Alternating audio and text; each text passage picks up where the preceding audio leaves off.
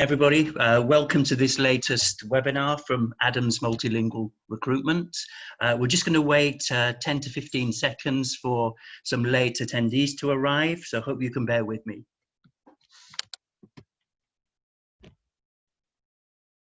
Okay, so once again, good afternoon.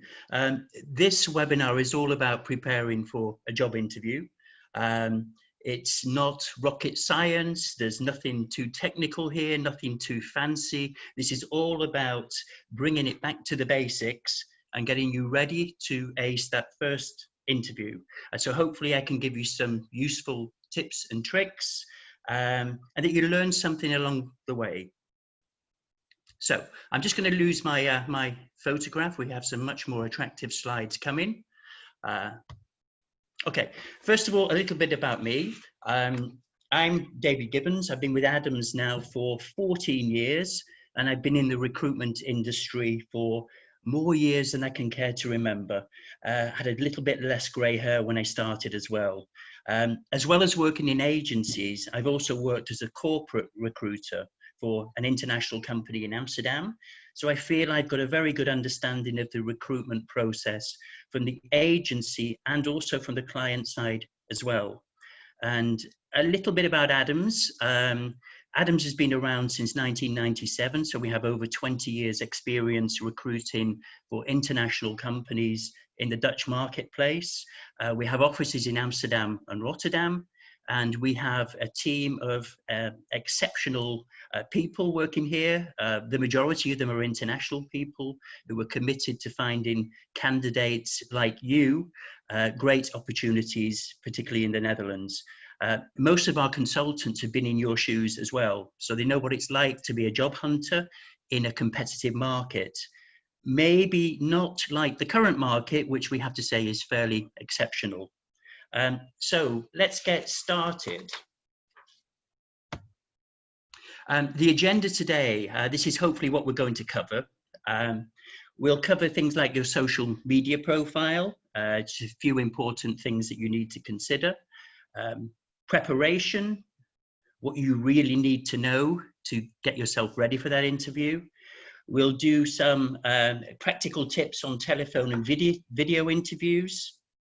And dress code, this is something that a lot of people struggle with, particularly when they're not used to the country that they're job hunting in. First impressions and how not to fall at the first hurdle. We'll have some top 5 interview questions that you should be asking and preparing for, as well as some oddball questions, just in case you're put in a situation that can put you outside of your comfort zone, and how to react to those kind of questions. And very important as well, questions that you should be asking at the interview to gain more experience. And then finally, conclusions. At the end of the presentation, we'll have a Q&A session for probably about 15 minutes. It's very important that you use the Q&A option rather than the chat option, and then we'll try to cover as many of your questions as possible. And there'll also be a recording available as well as a presentation, which will be in PDF format. So let's start with those social media profiles, because a lot of job hunters don't seem to realize that recruiters and hiring managers are constantly looking at your social media profile as well as your CV. So it's very important that your media profile reflects you in the best possible way. And if your social media profile shows you in a bad light, it can seriously affect your chances of being invited for an interview in the first place. Make sure that your CV and LinkedIn profile send the same message. It can be very, very confusing to recruiters and hiring managers if there are mixed messages here. If your application and CV is being geared to, for example, a bit sales or business development role, but your LinkedIn profile is saying that you're looking for opportunities in marketing. It's very important that you're consistent with this. And also very important that you check your profile on a regular basis and update this when necessary. And again, we don't want a situation where your CV has different information to your LinkedIn profile. So make sure that both of these are current. And finally, one thing about your social media profile is that you'll never know that the reason that you weren't invited for an interview was because of something related to your social media profile.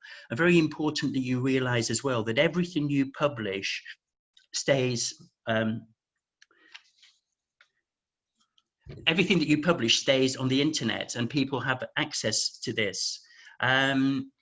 Okay, so let's move on from that. And just one thing on social media profiles as well. One of my colleagues did an amazing webinar quite recently on this, and you can access a full webinar which goes into much more detail, and you can find it on the YouTube channel.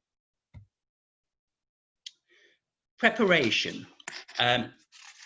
This is where a lot of times you fail in that application process because the preparation hasn't been done properly. It's really important, and there's a famous quote by Benjamin Franklin which says, by failing to prepare, you're preparing to fail. It sounds like a cliche, but it is really so true. So very important, before you even look at the company, you do your research there. Make sure you're familiar with the job description and your own CV. And again, as somebody who's been in recruitment for a very long time, it's amazing the number of times we go into interviews where it's like the candidate is looking at their CV for the first time. They don't know the dates of employment. They don't always know the company names that they worked in. It doesn't really get things started in the most professional way. So learn your CV from start to finish, from top to bottom, inside out and back to front. You should know all of the dates by heart and be capable of telling your story without having to shuffle pages constantly. And study the job profile as well. You should know exactly what they're offering and asking for, and you should know what you're offering in return. Study the job profile. It's super, super important.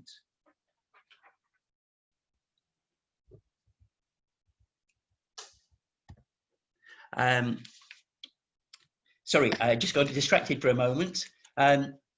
Do your research on the company, using the website mainly and using trade publications. This is to ensure that the kind of information you have is the most accurate information. Look at press releases as well. Find out what's happening currently with this company, what kind of markets they're moving into. Don't be tempted to use Wikipedia, for example. So it's very important that your information on the company is coming from the right sources. Study and analyze the products and services. What exactly is this company selling or promoting? What are the key products? What are the key services? Who do they sell to? And look at the history of the company. When did they start? How long have they been established? Where did they start? Where's the head office? And where does this office that you're going to fit into this particular organizational structure? And where are they now also? The kind of information that you should be looking at should also be current information on the company. And again, a lot of this you can obtain from the website and from press releases. Markets, where do they operate? What kind of companies are they currently focusing on? Where are they strong? And which new markets are they potentially moving into?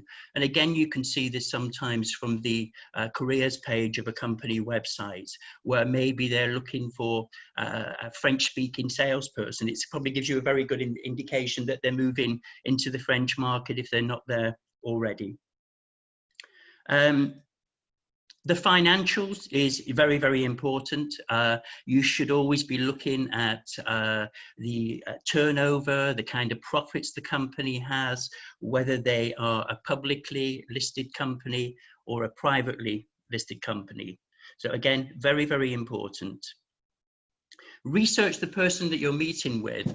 This is something that hiring managers and recruiters expect you to do.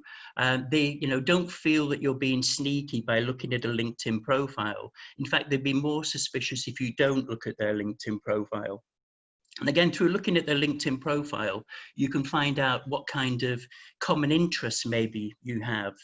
Maybe you've done the same studies, maybe you've been to the same university, maybe you come from the same hometown or city. It could even be a sporting connection or a hobby. I always remember once going into an interview situation where the interview wasn't going particularly well. And for some reason, I'd researched that the hiring manager was a Liverpool supporter. And I kind of had this in my back pocket just in case.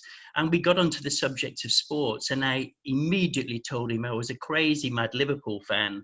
And immediately he responded by saying, yeah, so am I. And we spent probably the last 15 minutes talking about football. Now, I didn't get the job, but it made the interview that much easier and more comfortable. And we had some kind of click towards the end of this. Preparation again in terms of examples of the kind of skills that the company needs and what you offer. And again, you see this in the job profile. So if you study the job profile correctly, you need to focus on the kind of skills that they've emphasized as being essential. And then what do you offer in return? And try to think of examples when you can demonstrate those skills.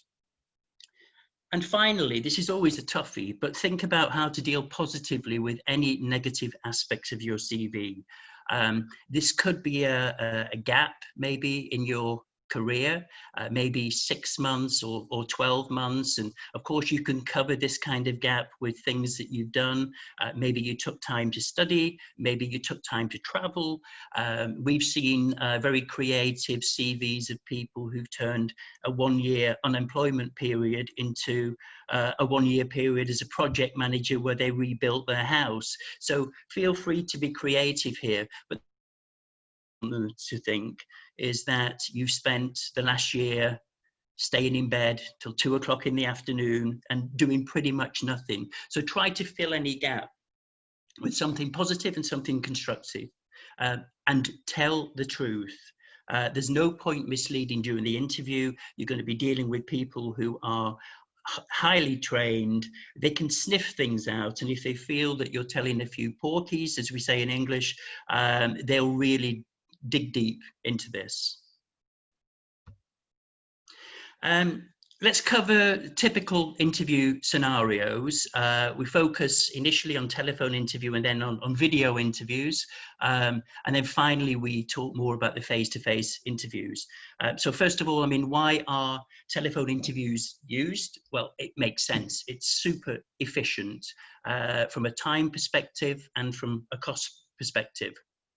But it's very dangerous as well, because you need to approach this kind of interview with exactly the same kind of preparation as you would do for a traditional interview.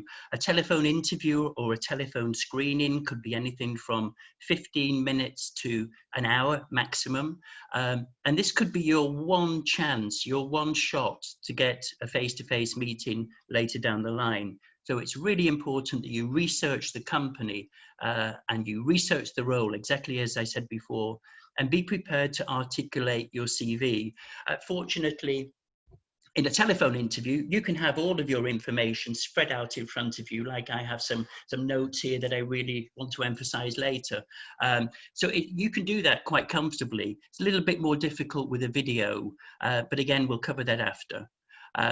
Be professional, no bathrobe, no slippers. You know, if your interview is at 9 o'clock in the morning, don't be tempted to roll out of bed at 10 to 9, you know, still partially dressed, with slippers on, with a really kind of carefree attitude.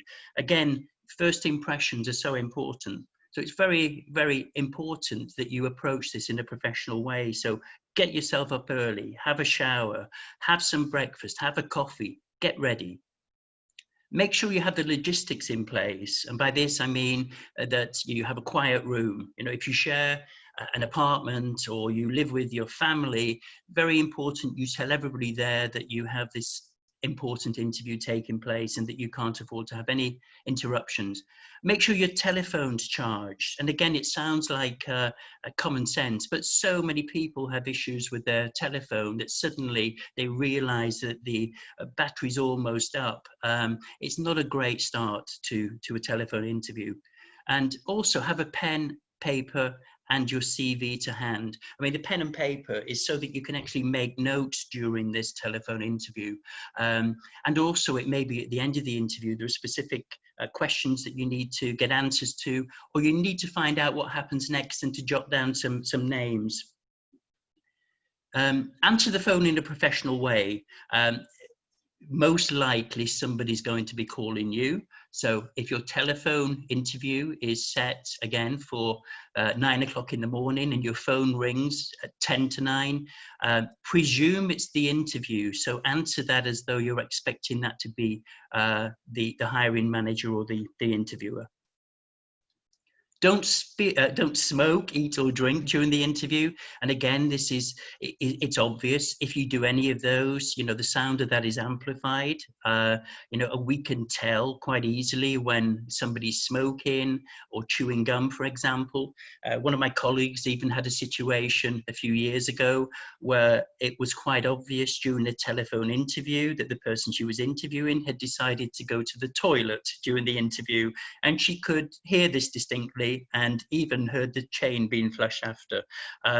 So please, you know, don't make these kind of basic mistakes, and speak clearly and don't interrupt. One of the difficulties with a telephone interview is that you don't really know when it's your turn to speak. And when you have a kind of face-to-face interview, it's obvious, you know, somebody asks you a question, maybe they give you a nod, it's obvious they finished and it's your turn to answer a question. On the telephone, it's very easy to get into this kind of verbal ping pong type of thing where you're constantly interrupting each other.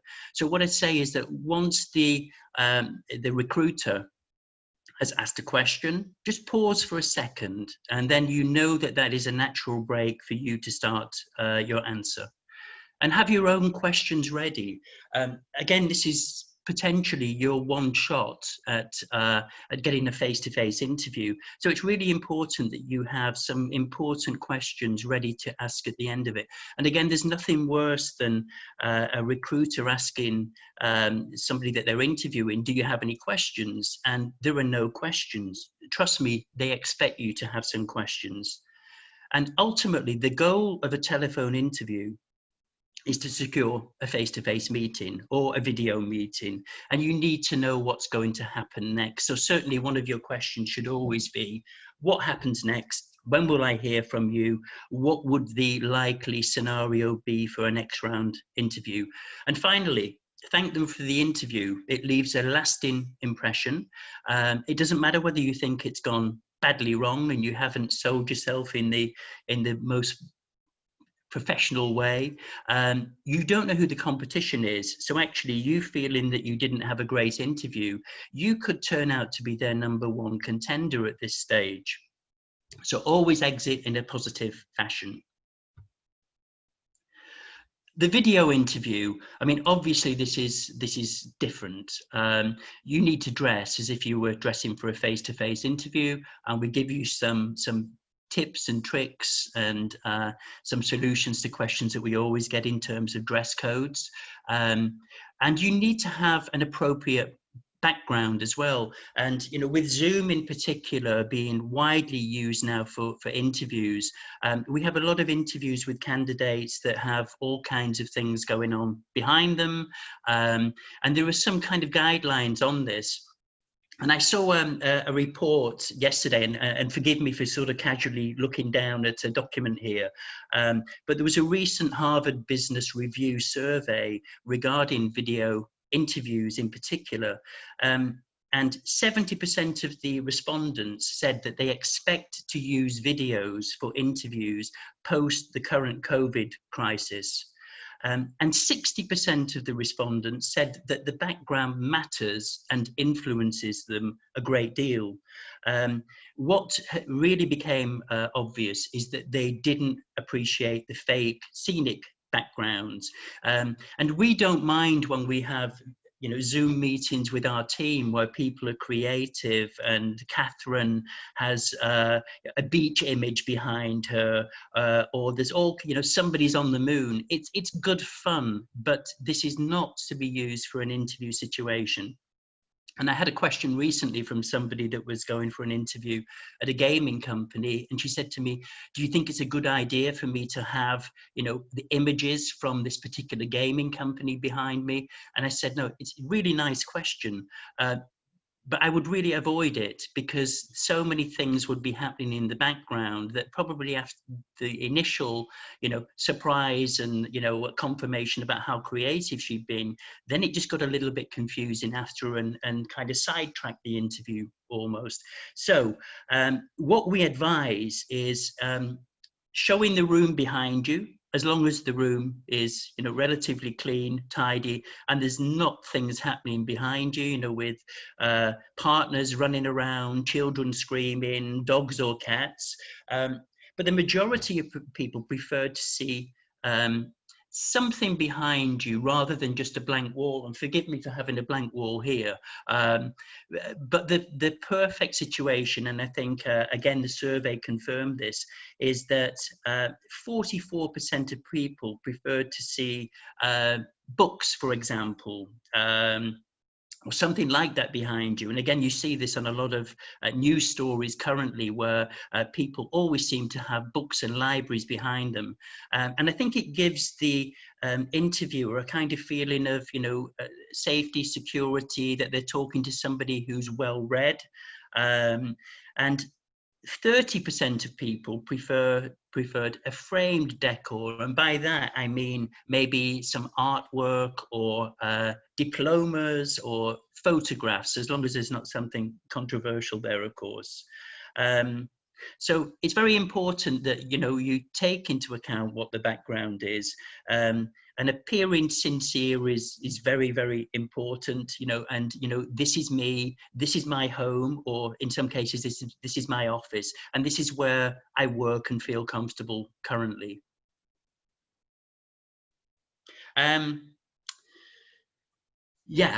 Ensure the sound and image is clear. Particularly with Zoom and so many interviews being done via Zoom or via WebEx or via all kinds of other media at the moment, you have to ensure that things like the sound and image is clear. If you're quite technical, actually, you can take the lead here. It may be that the person that you're having the interview with isn't as tech savvy as you are. So if you feel comfortable and confident, take the lead, ask them if you sound okay, and ask them if the image is clear. To actually begin to lead at that stage, you know, it's quite a forceful statement that you're making, and it will be appreciated. Keep your answers brief and concise. And again, this is also applicable to telephone interviews. It's generally a shorter interview than a face-to-face interview. So it's really important that you don't go round and round in circles, that you keep these answers as brief and concise as possible, and try not to go off track. Keep in your mind exactly what the question is that's been asked.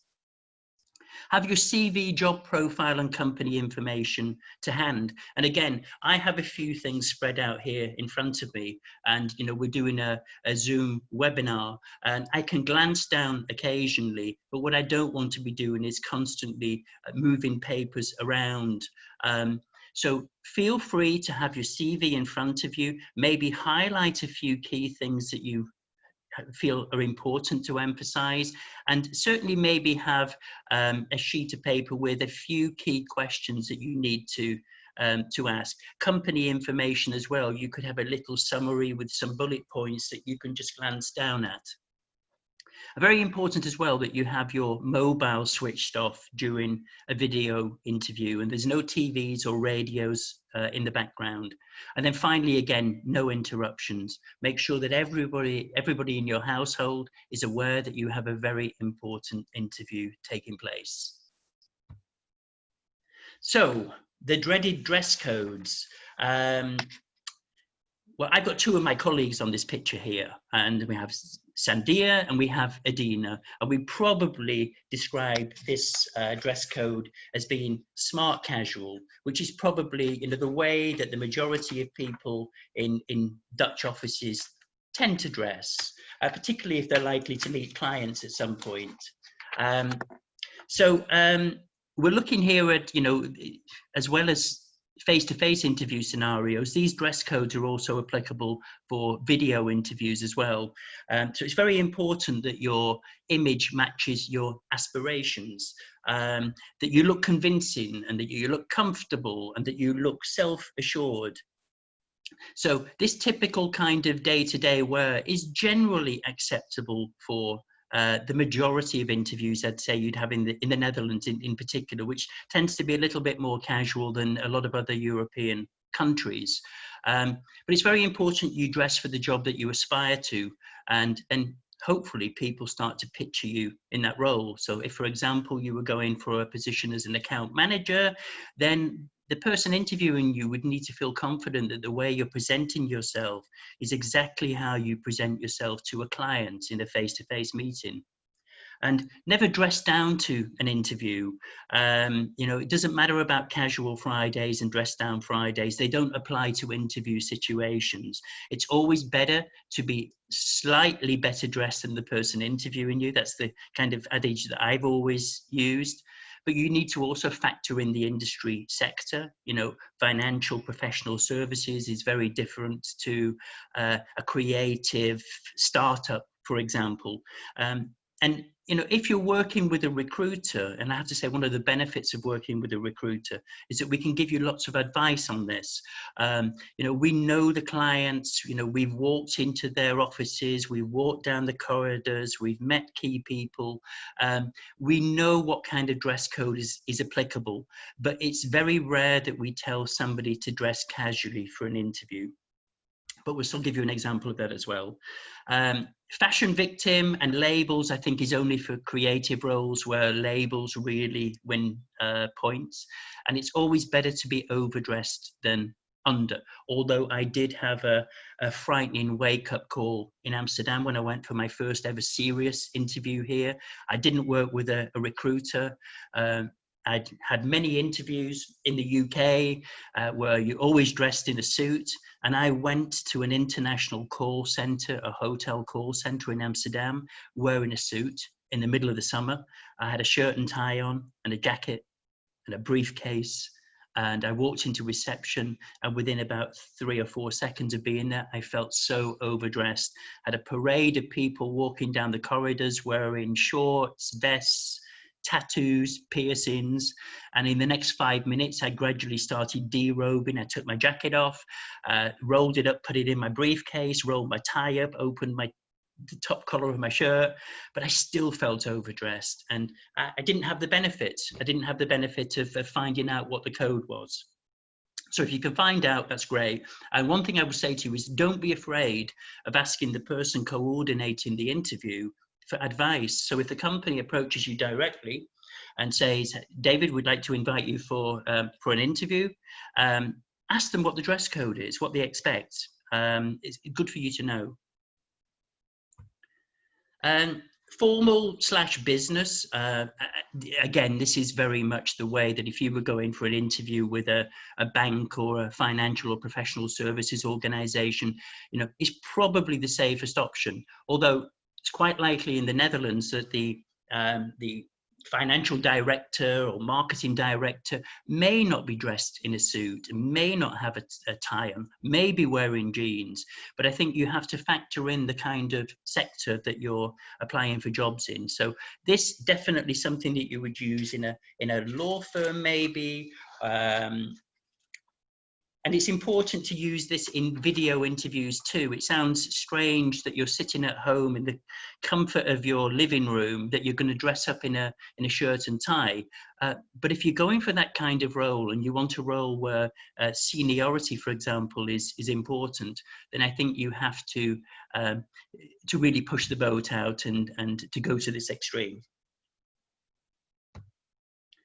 Dress code, business smart. This is Annalise, one of my colleagues. This is probably the safest bet for any kind of interview.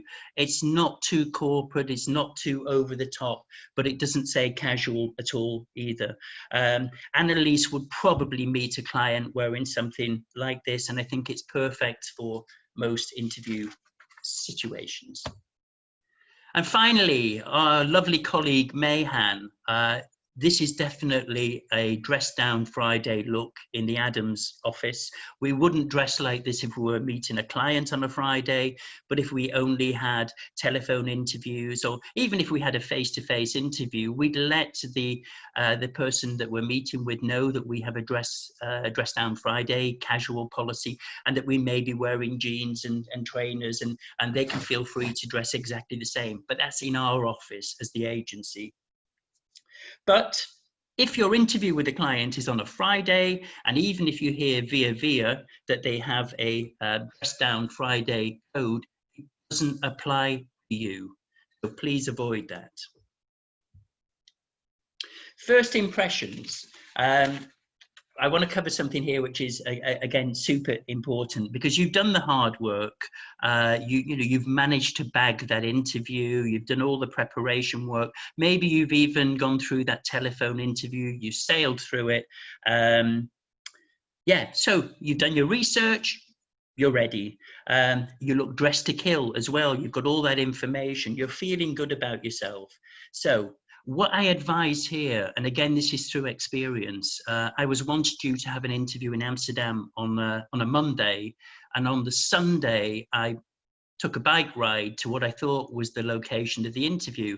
And even the website said that this was the address. And when I got there on the Sunday, there was a sign to say that the company had temporarily moved. Now, nobody had told me this. If I hadn't have gone there on the Sunday for a dummy run, and I wanted to check how long it would take me, I would have never known this. I ended up going to the wrong location on a Monday morning, and probably the hiring manager or recruiter would have blamed me for not doing my research properly. So it's really good to factor in how long it's going to take you to get to that location. And obviously, if you're going by public transport, things can go wrong as well. You should always have the telephone number, the name of the person that you're meeting with, and you should be able to contact this person if you're struggling or running late.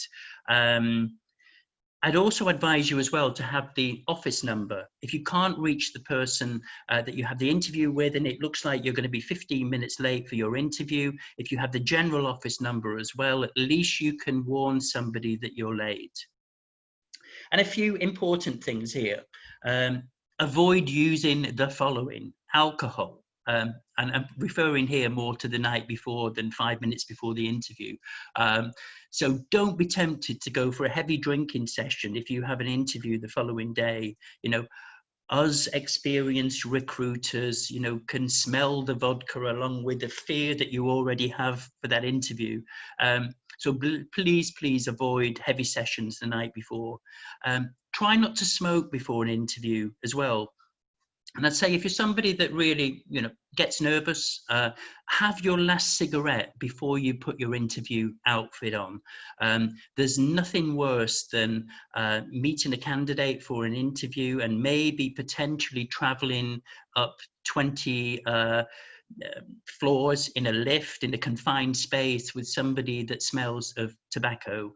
And what sometimes happens as well is that somebody who smokes decides then to cover the tobacco with some kind of intense perfume, and that combination is lethal. So please try and avoid that as well. And yet have your interview head on from the moment you arrive. Sounds like a very strange statement, because of course you'd hope to have your interview head on. But what I mean here is that, you could, for example, be going to a large site. Maybe you're traveling by car. Maybe there's a barrier there that allows you into a big car park. Make sure that you're polite and you smile at the person who's opening the barrier for you. This person probably has some kind of say, in what they think of you, and the drums already start rolling if you're not nice and polite with them. And I think when you go into a large reception, maybe you go into a big office that has multiple companies in there, and you have a big reception desk with a lot of receptionists working there. Be nice and polite to that person as well. That person is going to send a message upstairs to the company that you're working at that somebody has arrived for them. And if they have a close relationship with that person upstairs, they'll probably already tell you, what their initial thoughts are. And then finally, the office reception. This is when you actually get to the floor. You walk in there, you have an office receptionist in front of you. This person is super important to smile at and to be polite with, because this person is going to send the message down the line to the hiring manager. Your 11 o'clock interview has arrived and I really don't like him. And trust me, the drums start beating quite quickly. So this is why I say, have your interview head on from the moment you arrive at the location. Okay, top 5 questions, and I'm going to refer to some examples here of how to answer them. Well, first of all, how did I come up with this top 5? Well, a few years ago, I did a survey of, I think, about 50 or 60 HR professionals that I worked closely with, and I said to them, what are the questions that you always ask during an interview, whether it's a video interview or a face-to-face interview? And then what we did is we went through these and we looked at the ones that came up the most often. So these are the questions. Tell me about yourself was used so much, and the founder of Adams used to ask this to everybody as her first interview question. And the strange thing is, it's not even a question. It's more of a kind of statement. It's sounds like a nice, easy, open, relaxed way of talking about everything from when you were a baby through to the current day. I mean, this is wrong. Tell me about yourself really is an opportunity to use the elevator pitch. I'm sure most of you will have heard of an elevator pitch. And typically, it's the kind of discussion maybe you'd have with somebody in an elevator going up. It takes 1 minute in there and somebody says, oh, yeah, who are you? What do you do? So you should actually be able to fine tune this kind of pitch and this story about why you're there for this interview into a 1 minute snapshot of who you are, why you're there, and maybe why you're a good candidate for the position. So what you don't want here is a life story. And what you don't want here either is to use up all your unique selling points, all of those things that you want to keep for the interview, those real key things that you want to get over. But you want to make this nice, open, friendly, and natural. So practice this kind of pitch, and assume that somebody is going to say, tell me about yourself, and have a nice paragraph that pretty much sums up who you are and why you're there. Why do you want to work here? Well, here, the employer is trying to see, first of all, whether you've done your homework. They're trying to establish your genuine motivation for being there for the interview. Also, are you looking to take just any job offer that comes along, or did you seriously consider this, as part of your job search and career hunt? What do you actually know about the company and the job? Have you done your homework? Are you selective in your job search? And again, we see this a lot as agency recruiters, where we have a candidate that applies for multiple positions. If you go into an interview situation directly with a client, then they look in their database, in their job portal, and they see that you've applied for positions in marketing, sales, finance, IT. It really doesn't give a positive impression, and it shows that you're using a kind of scattergun approach to your job hunting. What do you know about our organization? This is really a chance to show off and to do your homework. But again, as I said before, make sure that your research comes from reliable sources. Own website is definitely number one, and business publications is probably number two. Focus your response on the kind of role that you're there for as well. If you're going there for a finance position, then things like turnover, profit, shares, this type of thing are very important. Maybe investment that the company has had recently. If your focus is on marketing as another example, then focus on the products, the SEO, the website, the competitors. I had a hiring manager, a HR manager, who asked a marketing candidate, what did she think of the website? And she made a very, very vague comment. And the hiring manager then said, do you even know what color our website is? And it was quite obvious this person hadn't even looked at the website, and they were a creative. What's your greatest weakness? Well, career books always suggest that you should select a strength and present it as a weakness. So you flip it, things like I work too hard or I work too much. This is wrong. It's deceiving. It misses the point. What you should actually do is select a weakness that you've been actively working on to overcome. So yeah, you're taking a weakness and you're putting a positive spin on it. So I think it's very important, again, that, honesty here is super important. And then, where do you see yourself in 5 years' time? Well, this is the big picture question, and this is very difficult to answer.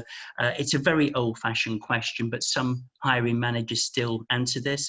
And I think the rule here is that if you're going for a job with a small organization that's fairly flat, you emphasize that, learning the job and the industry and becoming an expert is what you intend to do in the next 5 years.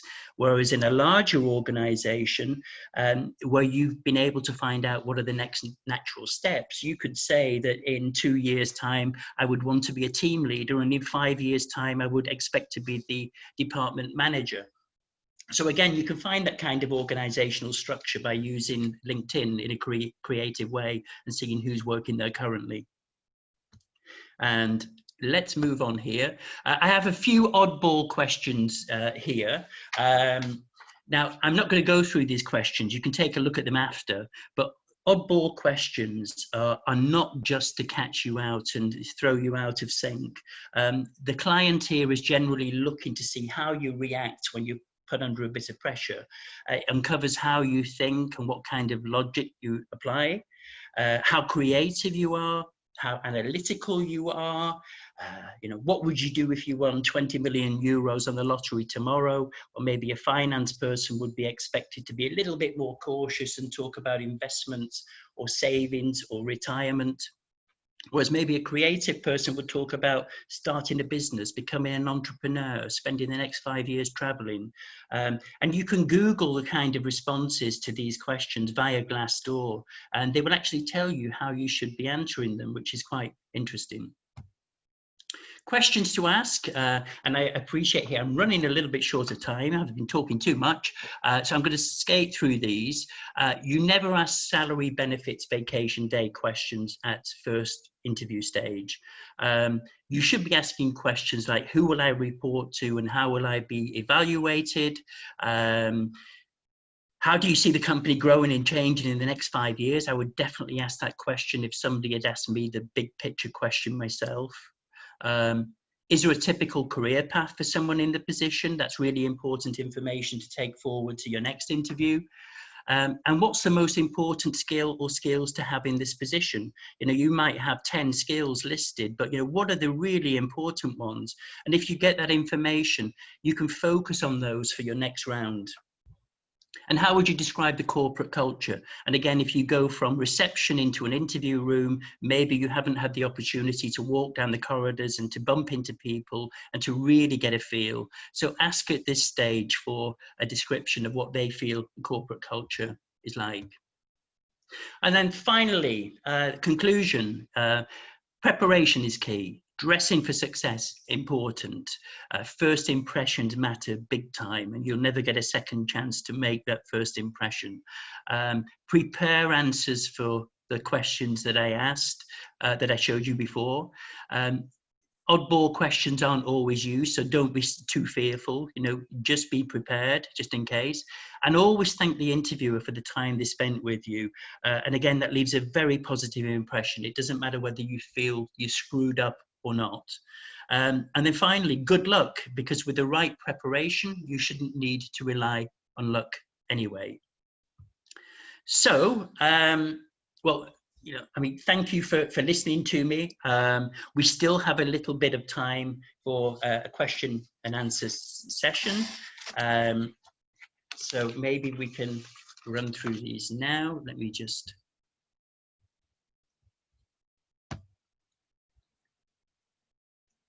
Oh, okay. This first question here is quite a good one. Thank you very much for all this info. This is from Lena. Would you recommend a thank you email? And if yes, when? Same day, after? I think it's always a nice idea to send a thank you email. And again, we get a lot of people who go for interviews with our clients who ask us this. And I think it's a nice touch, as long as it's only a thank you email, that you're just basically saying to them, I really enjoyed speaking to you. I would love the opportunity to take this further. I hope I get the opportunity to meet you again, this type of thing. But you shouldn't here be replaying things that maybe you should have said during the interview. And again, I've seen examples where somebody has sent a thank you email, which turned into an email that said, I meant to say this and I wanted to say that and I didn't quite cover the other. I think this has to be a pure professional thank you. How to influence the hiring manager by our cover letter. I think on this question, what I'd have to say here is that one of my colleagues did a webinar recently about CV writing, and I do think maybe we have some information on our website about cover letters. So I prefer not to go into that answer now because it could take quite a long time. So maybe we can cover this separately. Thank you for your webinar. This is for Catalina. How do you answer the question about the salary without giving a specific amount? Okay, salary questions, again, you should never be in a situation where one of your questions at the end of a first interview is, what is the salary level? If you're working with an agency recruiter, it's great because, we wouldn't send you along if you weren't within the salary range, and we'd have already discussed this with you in advance. And I know that sometimes companies don't post the salary levels on their job profiles, but I think that, if as part of the process you had to fill in, information and you put down your current or expected salary, I wouldn't expect a client to invite you for an interview if you were too far outside of that. But if you were going into this completely in the dark and you felt that your market salary level in the Netherlands was 50,000 and you were really worried that this role may be paying considerably less than that, then I would certainly flag that, but maybe at second interview stage. I have a question here. Okay, could you give a good example to present a great weakness in a positive way? Well, actually, I was going to present one of my own weaknesses from back in the day, or probably some people would say I still have it now. But time management always used to be a weakness of mine, and actually, I wanted to give you this as an example. The way I would use something like, time management is a weakness, or was a weakness, is that, the example I used was that I always struggled to meet deadlines. I was constantly juggling priorities. I felt it would be a great idea to attend a time management course and to go away for a few days and to really study this and to get some tips and tricks. And since I went on the course and actually got some real good, clear information from an expert, I came back and started putting this into my day-to-day work. And as a result of that, I've managed to take on lots and lots of extra projects and doing multiple things now and managing them effectively. So that's a fairly kind of general response, but I think there's always a way that you can flip this. And actually, Googling this kind of thing is very, very easy. You know, you can Google these type of interview questions as well, and you can pick one that's relevant to you. So don't choose something that actually isn't true. You know, pick something that is a genuine weakness or a genuine strength, because of course that question is equally troubling to people, to present the greatest strength. Okay. Okay, I've received a lot of responses saying you're too qualified. Could you please embellish what is actually being said? Well, I think here we're talking more about getting responses from companies maybe not inviting you for interviews. It'd be very unusual for you to be in an interview situation where they've already got your CV and your letter of motivation and only decided during the interview that you're too qualified. So I think here we're talking about not having an opportunity to have an interview, and it's very difficult for me to answer without seeing your CV, but more importantly, maybe the type of roles that you're applying for. Is it okay to say that you need a salary that is not below 4,700 euros when you are a HSM? Highly skilled migrant. Okay, I think again, there is a lot of information on this that you can access via kind of multiple channels. So I don't really want to go into the exact specifics on this, because this kind of information is fairly easy to find. Let me move on here.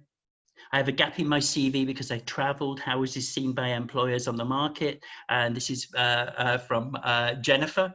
Yeah, having a gap in your CV is not a negative anymore. And actually taking a sabbatical or extended travel leave is something that's actually viewed quite positively in most cases. And I think in most cases, I would say there are probably cultural differences here. But I think generally speaking, if you're filling a gap by the fact that you traveled and that you're now back and you're ready to start a new challenge, then that's seen in a really positive way. I've got a question here from Andrea. If you're invited for an interview for a role where you know you've had exposure to certain parts in the job description, but not having worked in this area yourself, how do you present this to the interviewer? Okay. So let's just get this straight. You're invited for an interview, you've had some exposure, but you've not worked in the area yourself. Well, first of all, unless you've misled them with your CV and letter of motivation, I think that you've been invited in the basis of the information that you presented to them. But all I'd say to you here is that you have the perfect situation now in a face-to-face environment to be honest, to be open, and to emphasize to them that whilst maybe you haven't worked directly in that industry or area, you are so interested and so passionate and you've done your research. David, thank you for the webinar. What happens if the company does ask you what you are expecting? One does not want to price oneself out of the market. That's a very good point, a good question. I think here, again, when you apply for a position in the first place, it's really up to you to do some of your own homework and research. A recruiter can help you, but if you're not working with a recruiter and you're new to the marketplace, start finding information on salary levels. There are various ways you can do this. You can put a job title into Google with a location, and you will get some indication of salary bands. So I think you have to do your homework, and then what you say you're asking for and expecting shouldn't be a shock to the person who you're interviewing with. But if you have a really serious doubt and you're invited for an interview for a job that's potentially well below what you're capable of and looking for, then maybe at that stage before going for the first interview, you could actually flag this. By the way, I just wanted to say that my last salary was 50,000 euros a year. Is this within the range for this opportunity? And I think it's better to do it now than to invest too much time later down the line. Okay, and I really think I have to wrap up with this last question here, and we can cover other questions separately. But the final question here is how to market yourself when you have 18 years experience as a sales or business development professional, but not in Europe, rather in Asia. Okay, it's difficult because a lot of positions, particularly for sales and business development, look for specific market knowledge and information. So I think if you're an experienced person who's relocated to Europe from Asia or from some other continent, it's very important then to do your homework and to gain as much market information as you can, about the European marketplace and about the focus that this specific company has. And it's better to show that you're researching and keen and passionate about what they do, and you can back this up on top with obviously your sales and business development experience. So I think a combination of the two should hopefully give you a better opportunity. And 18 years of sales experience is a lot of experience to offer to any particular company, no matter where they're located. So thank you everybody for attending. I'm sorry that I had to speed through those questions there. We will try to answer specific questions. We'll be allowing all of you to have a copy of the webinar and the presentation in PDF form. I hope this has been useful for you. And yeah, thank you very much again for attending. And finally, if you haven't already registered with Adams and you're interested in who we are and what we do, please take a look at our website, and yeah, maybe we talk one-to-one in the future. Thank you.